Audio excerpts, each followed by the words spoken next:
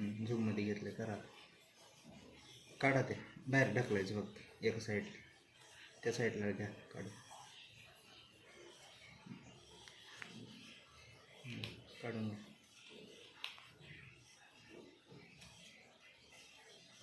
आणि सरळ दाखवा, सरळ पकडा आणि ते प्रेस करा.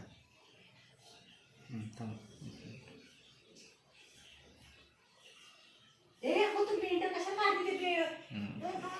आता ना चालू करायचं. दाबा ते प्रेस करायला.